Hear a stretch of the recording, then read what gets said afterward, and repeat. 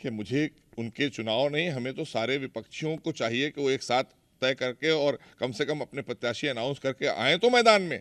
वो तो अभी ऊहापोह की स्थिति है उनके यहाँ, कोई छोड़कर भाग रहा है, कोई आ रहा है, कोई छोड़कर भाग रहा है, कोई आ रहा है, तो उनकी समझ में नहीं आ रहा है। तो इसलिए मुझे लगता है कि उनको अपनी सीट पहले अनाउंस करना चाहिए। आपने सवाल पूछा, मैंने जवाब ज़रूर दे दिया है, लेकिन मुझे लगता नहीं है कि वो मैदान में जाने वाले लोग हैं, क्योंकि जब वो कोरोना में नहीं निकले जनता की सेवा के लिए, तो अब चुनाव में क्या निकलेंगे। समाजवादी वर्चुअल रैली भी संबोधित करने वाली है आज से, किस तरह देख रहे हैं? अब कौन सी रैली और कैसी रैली, उन्होंने तो सारी अवहेलना कर डाली। जो आपने देखा, उनको चुनाव आयोग ने नोटिस भी किया, माननीय सर्वोच्च न्यायालय का अवहेलना की गई, समाजवादी पार्टी के द्वारा अपराधियों को टिकट दिए गए, फिर अपराधी जेल गए। तो अब इसके बाद क्या कहा जा सकता है, उनकी कौन सी रैली और कौन सी वर्चुअल और कौन सी फिजिकल। तो फिजिकली तो वो कर भी नहीं सकते, क्योंकि अब उनके पास कोई है नहीं, तो वर्चुअल ही बचे हैं। क्योंकि कोरोना में भी वर्चुअल भी नहीं थे, वो तो ट्विटर पे काम चला रहे थे, वर्चुअल भी नहीं आना पसंद कर रहे थे। तो अब थोड़ा सा ये जागरूकता उनको आज जो मिली है, वो आदरणीय मोदी जी की प्रेरणा से मिली है, क्योंकि डिजिटल इंडिया पर हम लेकर जा रहे हैं, टेक्नोलॉजी क्या होती है ये भारतीय जनता पार्टी ने उनको बताया है। तो इसलिए हो सकता है इसका प्रयास करें। देखिए, ये मन से चुनाव तो नहीं लड़ने वो जा रहे हैं, भरे मन से चुनाव लड़ने जा रहे हैं। क्योंकि जिस तरह से भारतीय जनता पार्टी ने आदरणीय योगी जी को, आदरणीय केशव मौर्य को जो लड़ाने की बात की है, उसको लेकर कहीं ना कहीं एक प्रश्न तो वहाँ इनके और सदस्य उठा ही रहे होंगे कि आखिर आप क्यों नहीं लड़ेंगे चुनाव।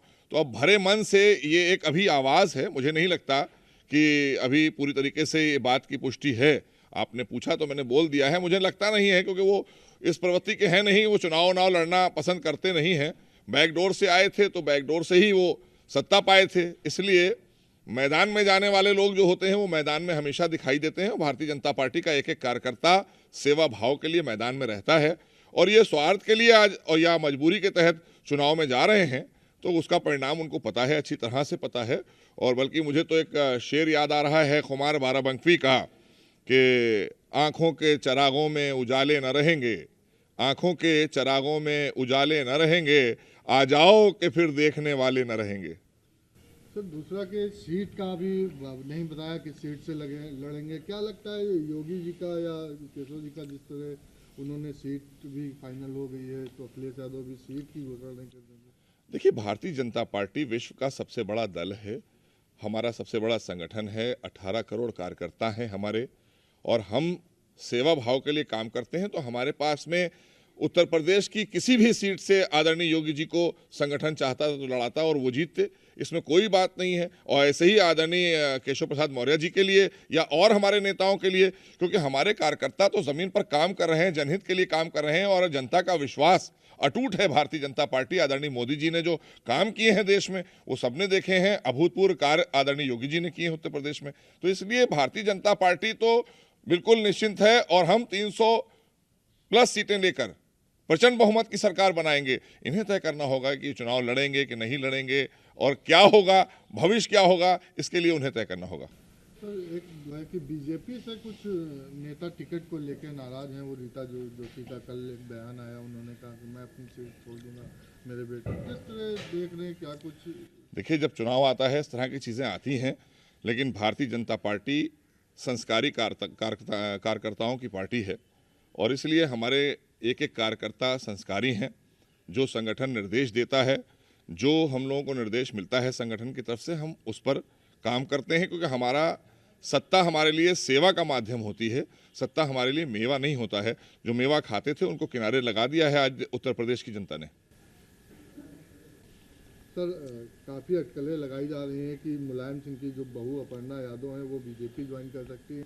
वो दिल्ली में है, और दिल्ली में ही आज बीजेपी 10 साढ़े 10 बजे के करीब ज्वाइन कर सकती है। देखिए, भारतीय जनता पार्टी की विचारधारा से प्रभावित होकर आदरणीय मोदी जी के नेतृत्व की 7 वर्षों की सरकार देश में जो गांव गरीब किसान के लिए चली, और जो आज विकास कार्य हो रहे हैं, जो देश का गौरव बढ़ रहा है, माननीय प्रधानमंत्री आदरणीय मोदी जी के नेतृत्व में, जिस तरह से उत्तर प्रदेश में आज चौमुखी विकास हुआ आदरणीय योगी जी के नेतृत्व में, तो लोगों के मन में जो लोग सेवा भाव के लिए सियासत में, राजनीति में आना चाहते हैं, वो बहुत तेज़ी से भारतीय जनता पार्टी के विचारों से प्रभावित होकर वो तेज़ी से आ रहे हैं भारतीय जनता पार्टी की तरफ। और हम स्वागत करते हैं ऐसे लोगों का, जो लोग भी सेवा भाव के लिए आ रहे हैं हमारे साथ में। हमारा दल और हमारा दिल दोनों बड़ा है, इसलिए उनका स्वागत है।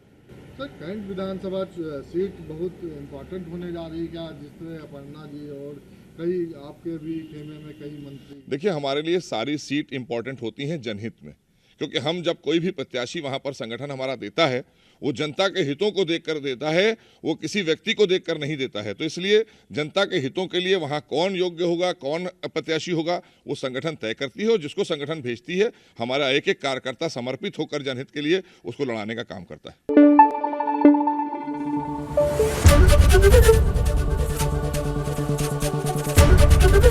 एबीपी न्यूज आपको रखे आगे।